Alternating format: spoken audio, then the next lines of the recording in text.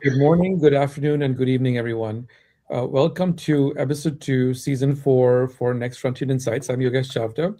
Today, I am very fortunate to have Andrew Seinfeld with me. And Andrew has been somebody that I've gotten to know over the last couple of years.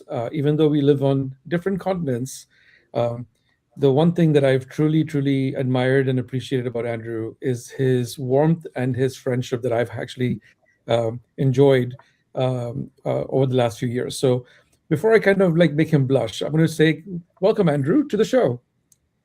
Thank you, Yogesh. And the sentiment is mutual. I feel the same way about you. So thank you for having me. No, you're welcome. You're welcome. So, Andrew, as we get into this conversation today, there's a lot of stuff that I want to talk about vis-a-vis Davos. You were there, of course. But before we get into that, I'd like the audience to first get to know who you are and what your background is. So, why don't we just start there first? Tell us who you are. Okay. Well, I did have some training on this at one point when it comes to when people ask you that question. It's what you've done in the past, where you're going in the future, and where you're at now. I'm going to save you that kind of rhetoric because it takes a few minutes to get through it. But I'm Andrew Seinfeld. I'm the Chief Growth Officer at Bolt Insight. I'm leading the expansion of the most exciting and coolest market research company on the planet. And personally, I mean, I don't hide who I am. I'm a Liverpool fan. I have a growth mindset in all things business, humanity first. Everything and everyone that I talk to is always the same. I don't care if someone is the president of a country or the head of FIFA. Everyone has the potential to be your next best friend. And so for clients, for competitors, for random people on the street, I treat everyone the same. And I bring that to business as well. Amazing, amazing. And where do you live right now, Andrew? Just out of curiosity. All right. So I live in a city called Passau. It's in Lower Bavaria in Germany. Tell you why, but I ended up coming across this lovely city and my now wife. So I base my world travels out of the city of Passau. Amazing, amazing.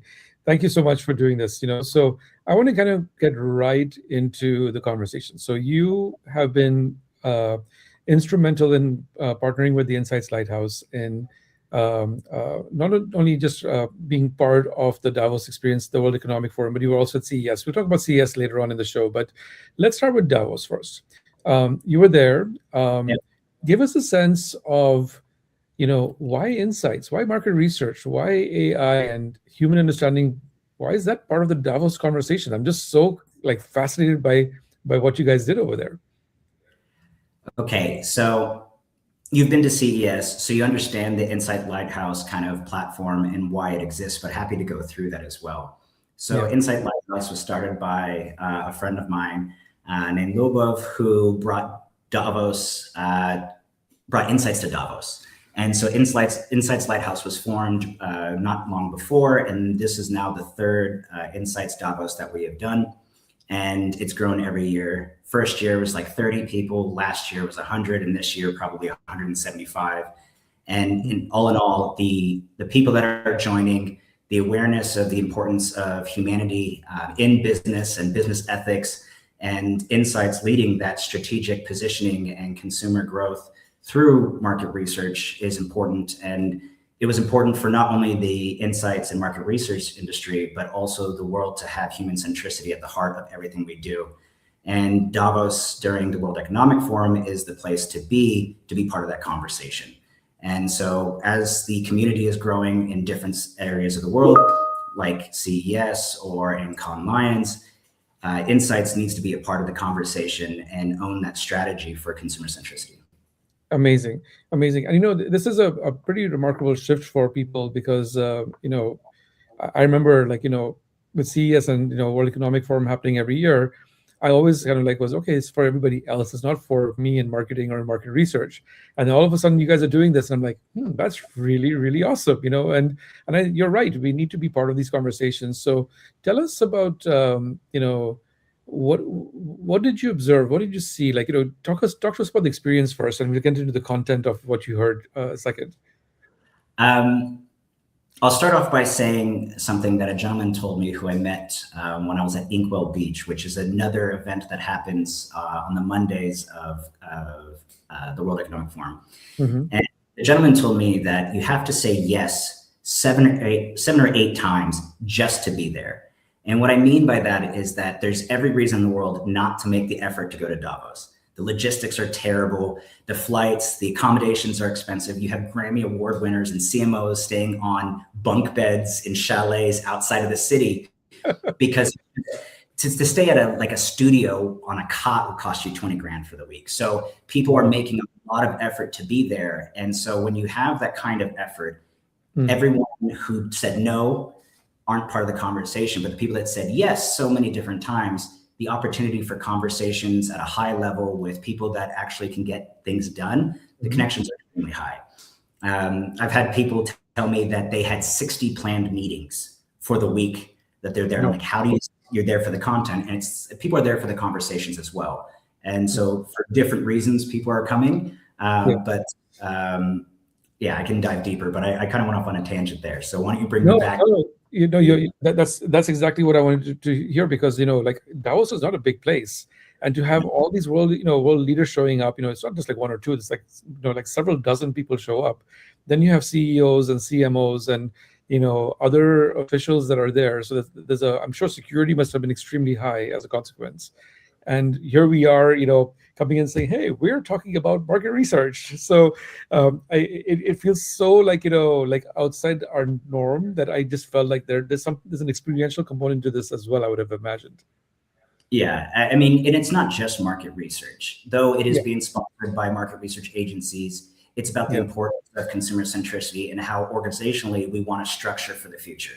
How we need to have that research strategy eye on the future, and how to set up those internal structures, as well as the dynamics in which people are at the heart of all business decisions. And so though there is a bit of, hey, this is what's new in market research, or this is how an insights team should be structured going forward, it's about the actual growth of individual businesses and how insights plays a role in that. Let's talk about that. So this is now we're getting into the content part of it, right? So you heard a lot of conversations, you saw presentations, you were part of conversations, and so on and so forth.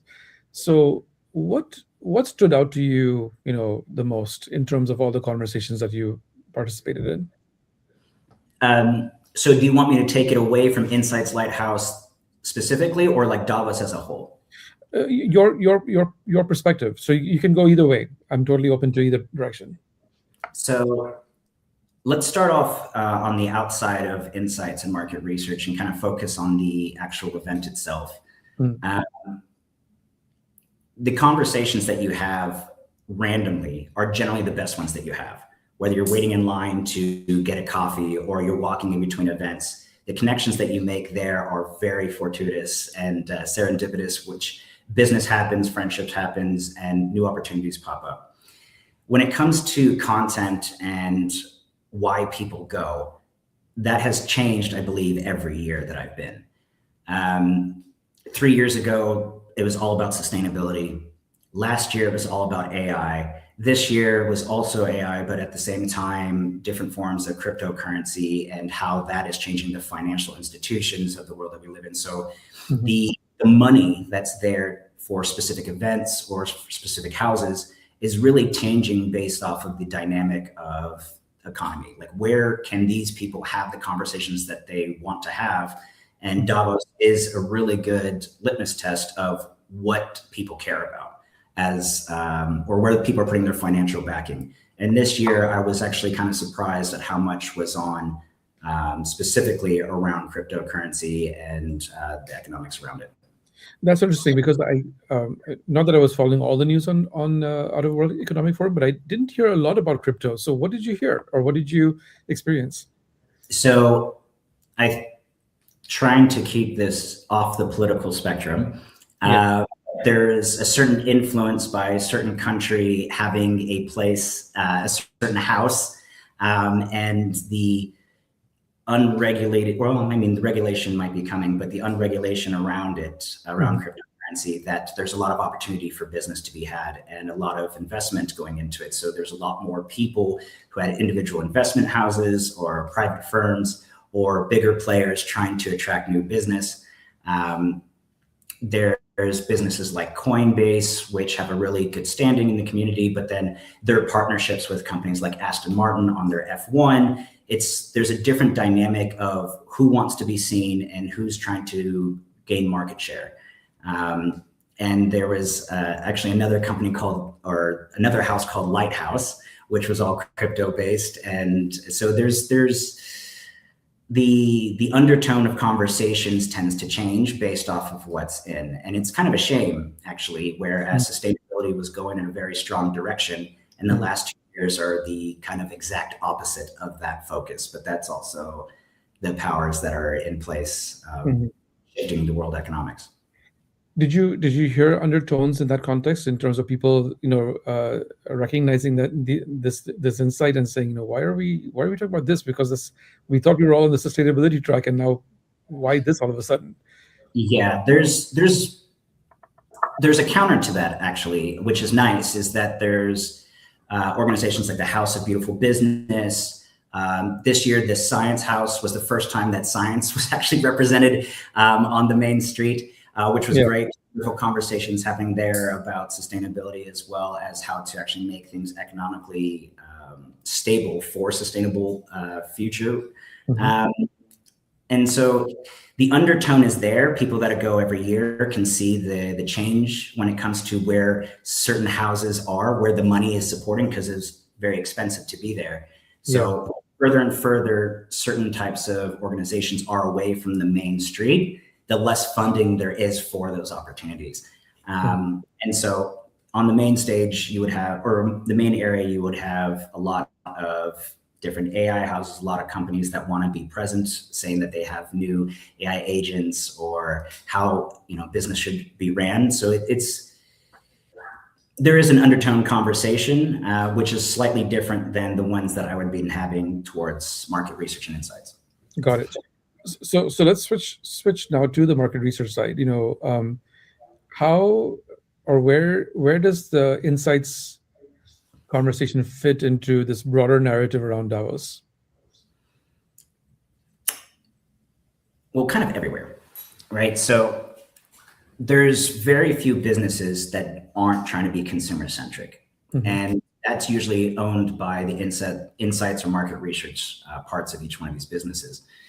And for the most part, very similar to Con, very similar to CES, is that there's an underrepresentation of insights at these events. There's a very big seat at the table attempt by different organizations trying to level up the insights importance in those organizations, especially now when it comes down to who owns the data, right? So insights is very much predominant in everything big business.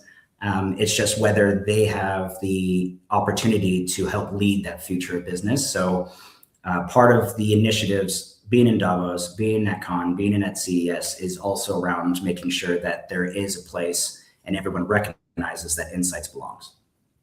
Got it. So were there any myths or misperceptions that were out there? I'm just curious. I mean, I would like to turn this back on you. What are your perceptions? And then maybe I can answer them, because I go into a lot of these different experiences with an open mind, knowing I don't know what I don't know. And generally, everyone treats me with kindness and respect. I realize that's a privilege. But at the same time, like, the experience is very interesting. You meet a lot of different characters, and people are there for different reasons. Especially at WEF, there's a tendency to have a lot of power motivated people there, whether it's to gain power, keep power, or be associated with power, which gives them the motivation to be at these places. So there is a certain dynamic of who decides to make the effort, which if you understand the psychology behind people's motives, it makes for easy conversations. Understand. So that's great. So we talked about the higher level thing. There was a conversation previously about sustainability, AI. Then it's now crypto. This year, it seems that was starting to emerge as a big topic, right? Then there's the whole thing about MR and insights, having representation and people trying to connect the dots with that. I get all those things.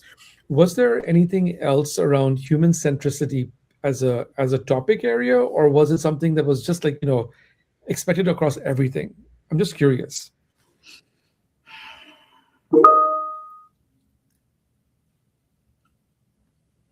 I think probably the opposite. of human centricity. I would say most of it's around exclusivity. And so in that case, it's about being accepted or being part of a certain upper echelon of whatever community you want to belong to. Okay. Um, so there are a few organizations like the Female Quotient, Inkwell Beach, Insights Lighthouse, House of Beautiful Business. Um, Actually, Nigeria House was a place to be, very welcoming, very open, very, how can we build a better world? And the others, Mhm. exact opposite. It's, and then not necessarily. There's a lot of country houses Yeah. that are very inclusive and very opening as well. Um, Big ups to the African countries. Actually, they're very open. Amazing. So yeah, because I remember seeing videos for like other countries as well. Like India House was, I think, a big one there, if I'm not mistaken. They were showing at least the videos I saw. They were showing different states within India having their sections or whatever it was. I don't know if you went in there or not, but um, I felt like it was a way for countries to show up and show their um, where they stand in the world community. It felt like, at least on the political side, there was definitely a lot of speeches in that context of where everyone stood. As you were there, what was the reactions that you were getting from those kinds of conversations and those speeches that you may have seen, whether you witnessed personally or you heard about after the fact? So each different location, whether it be in the main hall or if it's at individual houses slash events that are being held on specific days, are Mhm. very contextual to the context of that conversation. So AI House or in India House or South Africa Lighthouse, it's all very specific to the content. Mhm. Um, Everyone shows up with really good content. The Science House was my favorite for sure, outside of the traditional ones that I like to go to that are more inclusive. Mhm. Um, but the overall theme is generally like people who show up are really trying to make a difference, whether that's they're really trying to get business or they're really trying to make their industry, their people, their community have a presence on the big stage. Tell me more about the Science House. Like since you brought that up a couple of times, Yeah. what did they share? So it changed, right? So the topics will change from presentation to presentation. One that I really enjoyed was around sustainability in Asia when it came to how to best create a sustainable system for economics in which can be, whether it be less plastic or more focused on protein equity or the current problems that exist and how they're looking to solve it on a more rigorous science level versus Mhm. high level. Apologies for not being able to articulate the individual responses from the professors and thought leaders, but being in these types of environments, actually sharing from a different perspective. For me, being in the business market research world, there's a lot of science that's out there, but then they don't know how to activate on it. Mm. For instance, they're not looking at the branding or cultural nuances that are needed to change people's perspectives in buying behavior. It's more of, if we can get people to change, this is what we believe will happen, versus, okay, how do we create an economic system where this type of change can happen naturally? And so part of me being there was me being able to share my opinions and then also get their feedback on where my ignorances might be. Mhm. But having these conversations are incredibly stimulating, and I can't share everything, but I will be supporting a few of these scientists in their research and understanding about the evolution of the technology that they're building. Mm. And it's exciting to be a part of that, because in market research, at least from a business perspective, it's more B2C. How do we help brands sell more products, get better understanding of their consumer? Whereas with science, it's, all right, how does public perception help me either get funding, or will this actually be something people will allow to happen, right? So Mhm. Mhm. it's exciting to be part of the bigger picture, and I'm just excited to be part of that. Yeah. How about the AI house, as you mentioned? Like, I'm curious to hear whether the conversations around trends. I would have thought that would probably be part of it, but I think the bigger question may have been around regulations and things like that, I would imagine. Yeah. This is probably taboo to say, but most people were underwhelmed by going there, just because there's a reluctance in a public forum for people to Mm. speak to. So a lot of closed doors conversations happen where people uh, might not always share all of what's going on. And so it might be a lot of surface level, obvious content. How do we see the world changing in 2026, 2027, the future of jobs, the future of how we're going to do this? And no one knows the answers. Um, Yeah. there was a conversation or presentation by one of the heads of AI at Microsoft, actually at the Wall Street Journal house, where it was about how the future of jobs, how we're going to augment. Actually, that's the key term there is we won't necessarily be losing jobs, but our jobs will be augmented in the needs of the human aspect, not necessarily losing or being replaced. We can see that companies that have decided to cut thousands of jobs are now understaffed when it comes to the actual application of how do we actually put this into motion. So the future of jobs around the utilization of AI will be an augmentation versus replacement. Right.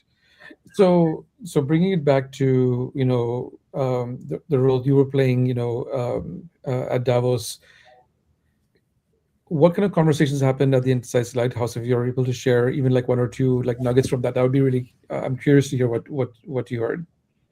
So as you can imagine, with 150, 175 senior leaders, a lot of different conversations are going on. Yeah. This year we had some very insightful conversations, and also different speakers from the science, more research, like scientific research side. We had conversations around how the Red Cross is actually utilizing research to actually help out the people that they're trying to serve in different countries. In general, there is a certain type of person that are attending these events where a lot of the conversations are private, and I wouldn't say privileged, but generally, if it's like side conversations, they wouldn't want any of that repeated. Not because they're bad, but more of because that's why you go to these events, is to keep a lot of the conversations high level and also intimate. The presentations, the panel discussions were quite phenomenal. Lubov's ending panel conversation was very insightful. Though I would like to draw people to the Insights Lighthouse website for content, so that they can try to either attend next year's events or also get snippets or recordings of the panel conversations, the presentations, versus talking about other people's presentations specifically, if that's okay. Understand. Could you at least tell us, like, a few themes that were talked about, because that'll at least help people understand, whether it's of relevancy to them or not. Because I get the fact you can direct people to the website, Yeah. but since we're on the podcast, just give us a sense for, thematically, what were the kinds of things you talked about. So I could talk about Bolt Insight and what was discussed there, as well as some other conversations, but the presentations are around how to actually utilize insights in this new modern world with AI. So the augmentation of the role of the insights leader, what is their task, their future role look like, as well as the tools and structure for each individual organization, how to best implement for the future versus, like, I would say best. Insight Lighthouse isn't necessarily about the tools, but more of the structure, and also the senior leadership, how to integrate and deal with the future that comes with the modern technology. So whether it's utilizing personas to give everyone a conversational tool to actually understand their consumer, to foresight tools that are built by other organizations so that they're able to actually see the future. Actually, by see the future, I think that's very something that you can speak to as well. What you're building as well with Yogi AI. I don't know. Am I allowed to talk about you too, That's or is good. Yeah, you can talk about me. Yeah, of course. I mean, for me to talk about these kinds of topics, I rather listen to you still, actually, when it comes to utilizing AI to actually build foresight engines and understanding the markets and where the trends are going. So, I mean, instead of giving shout outs to other companies, I think it's best to keep it there. I understand that, of course. So as you're talking about, like, the role of the leader is, especially the insights leader, they're trying to, obviously, for decades we've been talking about having a seat at the table. You This was a seat at the biggest imaginable table with the biggest influencers in the world, right? So I'm curious, was there any insights from your vantage point as to, w- once you're there, how do you influence? I'm just curious. Okay, so showing up to Davos gets you in certain rooms, and that is an effort in itself. As I mentioned, you had to say yes so many times, and to the same group of people that wanted to be there.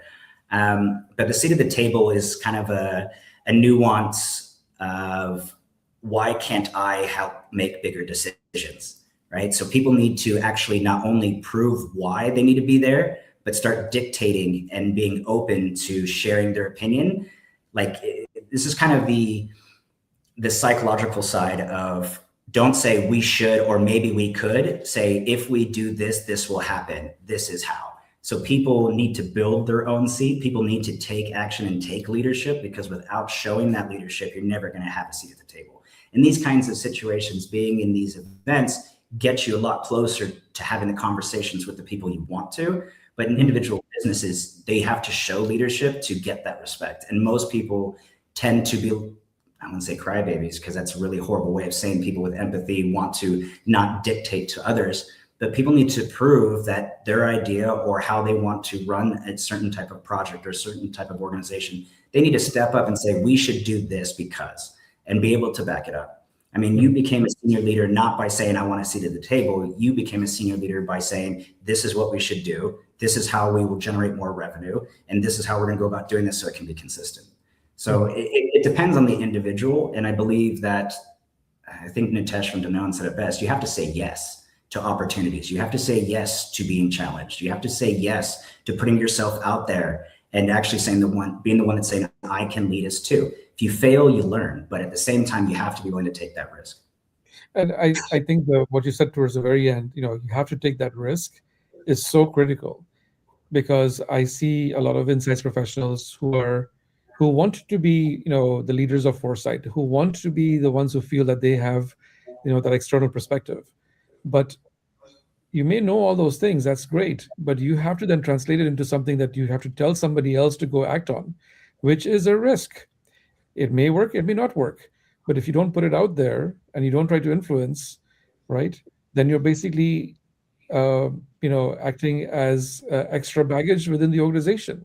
And that does not bode well for anybody, the organization or the individual in that case, basically.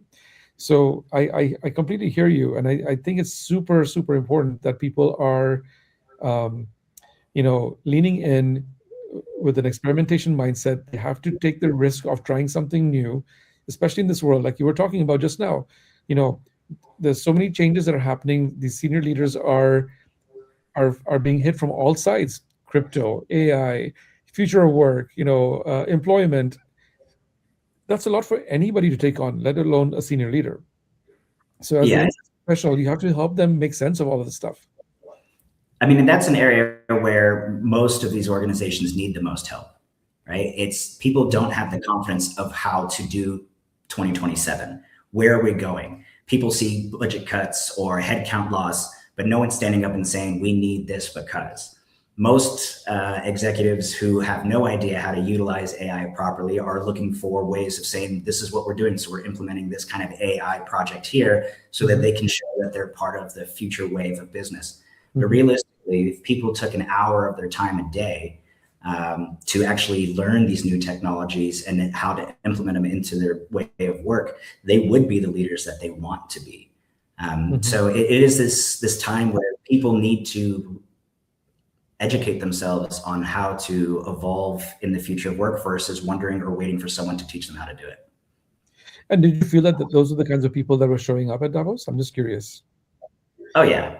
Well, yes. The people at Insights Lighthouse, absolutely. The people who are taking leadership and will be the leaders of tomorrow are the ones who show up, are the ones who say yes, and the ones who are educating themselves when it comes to going to these certain events, are taking the time to prep for different discussions, such as the ones that they're going to have in Davos. And not to say that people that aren't there aren't going to make it, because that's BS, right? There's people that are Yeah. working their tail off all over the world, and they don't need to be in Davos to actually make that next step. Mm. But it definitely helps if you want to learn from other senior leaders. And so I would advise people to find mentorship programs, to find these organizations of leadership where they're actually trying to support each other. Because without being isolated, unless you're the top 1% of 1%, you're going to be out on your own. So being part of a community, being part of the conversation is where you need to be to make sure that you're at the top of your game. So when you self-reflect now for yourself personally, forget the company you work for, forget, any other organizations that you were part of, whatever. For you as Andrew, now that you've heard all the stuff coming out of Davos, and as you self-reflect, what would be those one or two or three things that you took away and said, this is how I am feeling encouraged about what's going to happen over the next couple of years. Here are some doubts that I've got, and the third one could be, oh my gosh, this is pretty scary stuff. So if you were to use that as a framework, just to kind of like help, answer against that framework, what would be your insight from that perspective? Staying away from politics. You can go talk about anything you want, my friend. I think there's a certain amount of importance around taking responsibility for our own actions.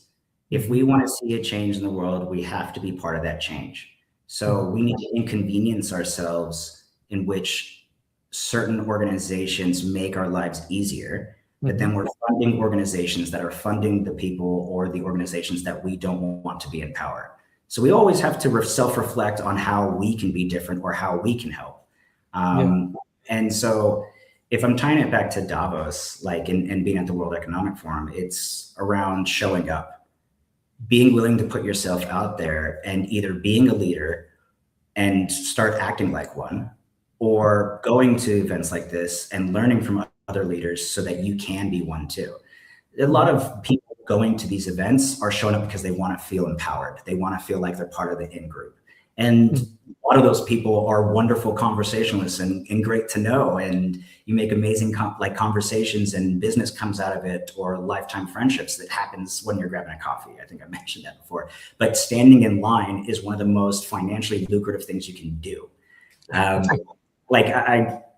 Without name dropping, it's absurd the kind of power and influence that is around you.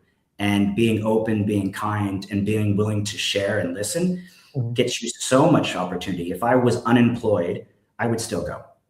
Now, I don't want more people to join because it makes everything more expensive. But in general, if you're questioning, it costs me, 3 days of my time, or it's going to cost me $1,000 to be there, that's a small amount of an investment to go. And 1,000 is quite cheap. But you can fly in this. You can take a train in from Zurich every day. And you might not go to the parties at night, but you are there during the day. You're part of the conversation. And like I said, if you're in line, if you're on the train for a few hours, you're still having conversations with people doing the exact same thing. So you have that camaraderie. You have that sense of, hey, we're in this together, and relationships form. So I would highly advise those, especially in the insights community, those senior leaders that want to be part of that conversation, want to learn from their peers, definitely join us next year. Join us in Con for Con Lions. Join us next year at CES. And if we're in an area near you, most likely there's a dinner to network and also just be part of the organization. Of course. So, you brought up CES a couple of times. So I was fortunate enough, to join you at CES, right? So if you take a step back and just zoom out a bit, conversations at CES versus conversations at Davos, similar, different? How did it go? Different. As you know, at CES, we were in the middle of a showroom with all the robotics and advancements in technology. Yeah. And depending on where you're at in life and what your interests are, there was something there for every human to improve their life or make their life a little bit easier or more convenient, right? I'm just a little plug. I can't remember the company's name, but the ability for a vacuum wet mop to go upstairs and there's like that, that's worth an investment of, $700, so that I never have to clean the floors again. Like, that is insane technology. What scares me is the fighting robots. You know, like, there's an unlimited amounts of sci-fi out there that tells you what happens as we have unchecked innovation on robotics and alien intelligence, or you can call it artificial intelligence, but alien intelligence. And so it comes down to, okay, who's creating it, who owns it, what data is being tracked. And so there's a lot of fun and scary things that are coming out, and, you know, regulations in different countries will, the rest of the world will kind of change based off of who's leading it. So yeah, it's definitely more about innovation and robotics at CES. Really cool content. I mean, I really enjoyed CES. I mean, we did 4 days of content, which was fabulous. And Davos was 1 day, and you have multiple days for different events. But the conversation around what the topic is, how, especially for us with insights around the innovation and you know, understanding of consumer behavior around certain interests in certain products, how to best connect with consumers. That consumer centricity is very more focused on the product side at CES, and then also in Davos, it's more on the economics and structure and leadership positioning. Amazing, amazing. So, you know, you brought in the whole thing about the connection between insights and technology, right? The world is shifting. You brought up robotics, like, you know, that future isn't that far away now, right? So if you're, you know, looking out and you had to, you know, guide the insights, you know, industry, let's take robotics as the example. What would you say to the insights industry? What would be the call to action? Because, you know, you are one of those people that I know who has been very consistent in having one voice around the fact that don't lose the humanity with AI. And now you have robotics coming along. So how are you, you know, reconciling that new future, and what would you say to the industry as a way to help them prepare for that future? So I have a personal, I wouldn't say it's a vendetta, but a personal fear around how we as insights professionals are utilizing technology to get deeper and quicker insights. And that is around the use of glasses for doing qualitative research, shop alongs. And to me, who owns the data is quite important. Who has access to that information is quite important. Where that data is being sold to is quite important. Right now, we have a very scary setup of businesses that are utilizing the technology to terrorize certain communities of people. And as insights professionals, for us, the idea of utilizing this type of technology to be able to understand a shopper, or understand ethnography, or people's houses and how they're utilizing certain products is one thing. But if we don't regulate who we're sharing that information with, when that's turned off, how are we properly educating the people around us, then we're self-policing each other. And I personally think, though it's really cool technology, is that I don't want a world in which I live in where everyone is spying on each other with their glasses. And there's individual companies that are controlling that and understanding that for people policing. We had that about a century ago, and we saw how that ended. And we're at a precipice now where people are slow to, no, I get to take that back. Many people are mobilizing against certain types of actions. But for us and insights, utilizing that technology, which would be great for our businesses, might also lead into how can big business take advantage of that, and also citizens of individual countries. So that is one area that I want there to be some regulation on. I think organizations like the Insights Association in the United States, SMR, even leadership organizations like Insight Lighthouse, having a certain type of voice and actually regulation that needs to be implemented. I believe, actually, I think this was a common theme from Davos, is that any type of world regulation to to be human centric will come out of Europe. Europe is going to be the leader of that. The United States at this point has zero interest in protecting its citizens from its own governance. And we've seen in other parts of the world very similar actions. So Europe, though slow to act on certain types of industries, so like AI, robotics, that's being led from the United States and Asia.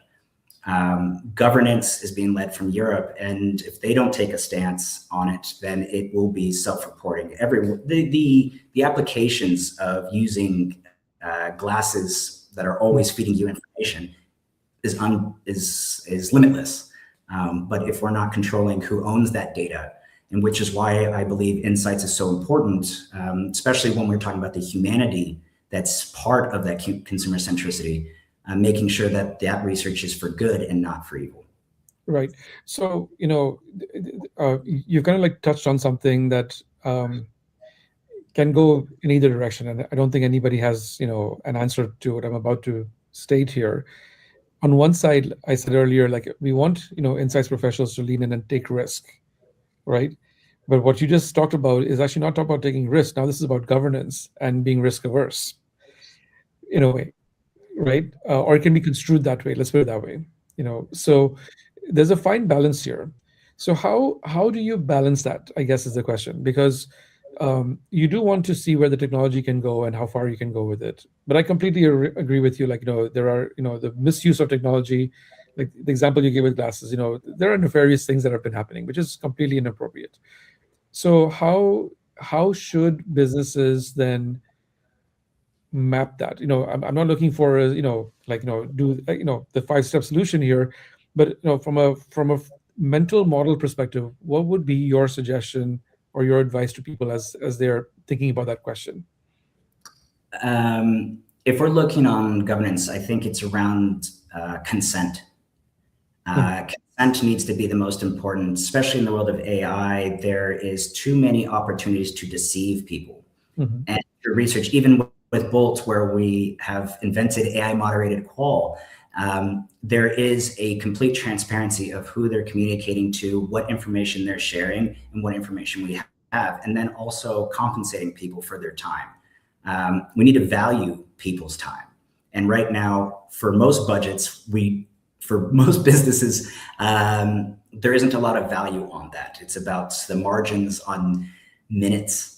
Unless you're working with like a market research agency that actually cares about the data quality, then it's about how can I leverage consumers and then sell to potential brands and just leverage minutes. So I would say making sure that consent is important, making sure that people understand that research is going on, to not be doing research in public forums where people haven't consented.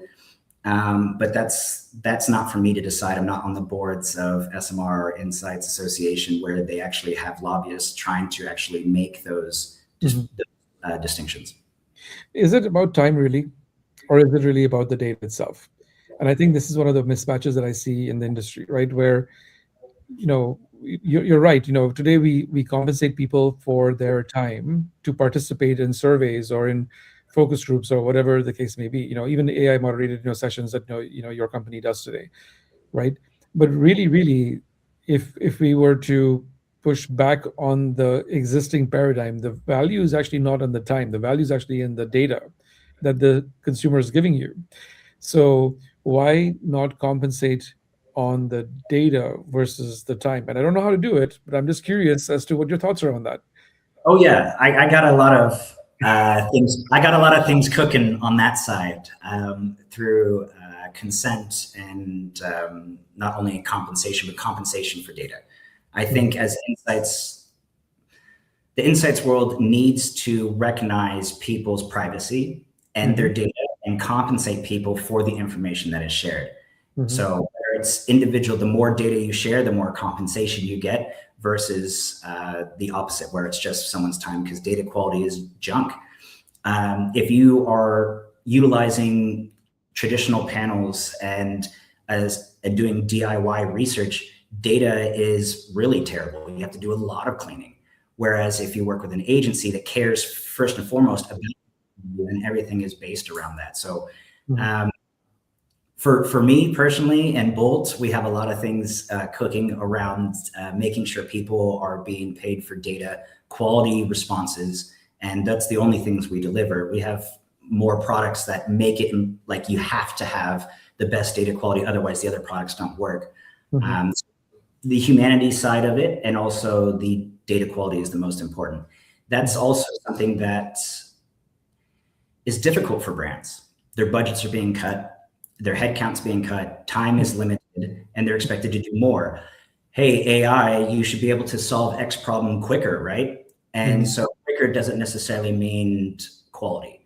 And Mhm. so people are making a lot of bad decisions, but the different tools out there make it able to get data quicker, but it's not quality data. And especially with AI moderated qual, it's the Wild West of GPT wrappers with people with no research experience who don't care at all about the respondents, don't care at all about the brands, but just want to get margin. They're flooding the market and they're getting funding. And so the brands out there are looking for the cheapest way to do AI moderated qual, for example, but Mhm. then there's no data quality or no research acumen supporting it, and it's just junk. Mhm. Whereas with agencies that actually know what they're doing on the research side, you can trust that data quality is the most important thing because we're in it for the long haul, not for the IPO. Right. Right. I get that. So, Andrew, we've talked for quite some time right now on a lot of different things. I'm curious, as you look forward now, right, and you had to give advice to people about, you know, like you said, there's budget constraints, there's, more work for a fewer amount of people within the organization. You're seeing this in your conversations with your customers and your client base right now. I'm sure, right? What would you tell people, you know, what's coming next, or what is it about the next 6 to 12 months where you would say these are the one or two things I would tell everybody that you should be thinking about and acting against? What would that be? Oh, besides working with Bolt, you mean? Yeah, sure. So I do think what everyone should be doing. I mean, everyone. Can we be more a little bit more specific on the actual the category of people? Let's say the insights professionals, insights leaders, insights individual contributors, who have to, who've got lots of demands on the client side on their end, right? They're trying to influence, they're trying to get things done. I talk to, clients also every day, and I hear the challenges that they face, right? So everyone's looking for a way out. Everyone's worried about burnout, Hmm. and everybody wants to, and everyone's anxious about, job security, right? So in that context, as you're looking out for the next 6 to 12 months, what would be your one or two things you would tell people to consider? There's some organizations that are too big, depending on people's roles to have the influence they want. For Mhm. example, organizations that'll cut 14,000 jobs and people know it's coming and they don't know they're a part of it or not. That Yeah. it's a really tough place to be, and it's hard for me to give advice unless they're at the senior leadership level, who Mhm. can try to dictate that. But even at that senior leadership level, especially in insights, they might not have the voice of the CEO. They might not have the voice of the CMO or chief growth Mhm. officer, depending on how the individual business is set up. But if you do have an organization which you do have voice, share it. Sometimes go against the grain. There's organizations out there that are doing less research and utilizing their research that they currently have and augmenting it with, say, for example, an updated jobs to be done or customer journey, utilizing old research, but then showing how you can actually grow and do current projects based off the information you already have versus just being answer takers. So Mhm. I would suggest on a couple of things. One, voice your opinion and stand by it. Stand Mhm. up for what we know is to be right around how to actually solve business problems, Mhm. and work with professionals, and stop trying to utilize tools as the only way to achieve those goals. If you are on the outside of an organization or you recently got cut loose, I would look for organizations that are human centric, that actually want to help people or help businesses grow versus just see them as margin or as an uptick in their ARR. So generally, you need to be the leader that you wish you want, which you wish you had. Hmm. And that starts with starting having conversations, whether that's showing up to events on your own time, on your own vacation, going to market research events where you can have conversations with other leaders to actually learn from them, Hmm. joining communities like the Insights Lighthouse and the mentorship program so that you can actually be upskilling and up-leveling how to solve the problems that you don't know how to solve. Hmm. Um, this is the year to take action, but not only for the business, but for yourself, because you can be in a new job next year, but the skills that you have, the relationships that you have are the most important because there's too many opportunities or there's too many people looking for an opportunity. So if you're not upskilling yourself, especially with different AI tools or AI skill sets, whether that be through automation or reusing current research and augmenting it with new research versus doing full new projects, then you're going to be on your way out eventually. So make sure that you understand what's capable and then work with humans that know what they're doing. I totally agree with that. And as part of that upskilling is you have to be curious and you have to learn from people. And quite frankly, I have too many people asking me saying, "Is there a course I can take on this?" And I'm like, the rate of change is so significant right now. By the time courses get built, that information is probably going to be somewhat obsolete. Not Yeah. 100%, but at least 50%. So the time you spend waiting for that can actually be detrimental for your own personal growth journey as well. So I encourage people to actually follow those content creators who are actually putting out content that's relevant and um, dare I say insightful to help you grow. So That is an interesting take where influencers were at the beginning of the TikTok and Instagram generations to where they are going now. mhm, Personally, I believe that B2B will soon be commercialized like B2C because the targetability of each different consumer. And influencers, as most people don't like that term as an influencer because it makes them feel devalued. It's almost a taboo. You know all about how to reverse stigma and how to do stigma, deal with stigma in research. But there are a lot of different people who know what they're talking about, and spending surprisingly a minute, 2 minutes listening to them as the technology evolves is a really good way to actually stay on top of what's new. But you can't listen to everybody and you can't trust everybody because a lot of them are actually being compensated for bringing in new business. But I would say have fun with it. mhm. There's so many tools out there that your creative side can come out. I'm not an artist, but I have all kinds of fun messing with tools like Sora, for example, Yeah. and creating videos or little, just messing with the different prompting. The Mhm. more people get their hands on it, the less scary it becomes. It opens up the door to understanding what is out there and how to utilize these different tools. Amazing, amazing. So before we end, I have to bring in somebody else into the conversation, which is It's true. the Ah, little squirrel. So tell us about the squirrel, my friend. So many people have asked me about the squirrel. What's it all about? so if you've been to a conference in the last, I don't know, Year. last months or so, right? Yep. You probably came across Bolty, the Bolt mascot. He was the genius idea of our CEO Hakan, who really quite came to it on an epiphany. But at the same time, it's a perfect representation of who we need to be as insights professionals. We need to be curious. We always need to be paying attention. But the reason for the squirrel is because we're nuts about insights. And yes, it's a great dad joke, but at the same time, it's true. We are. We love consumer research. We love being consumer centric. And there's more to come on the creative and branding side there. But at the same time, it's a lovely way to keep things light. Business needs to be fun. And people who aren't having fun in business probably hate their life. Honestly, like working with Bolt has been a dream. We have fun at work every day. Our clients have fun working with us.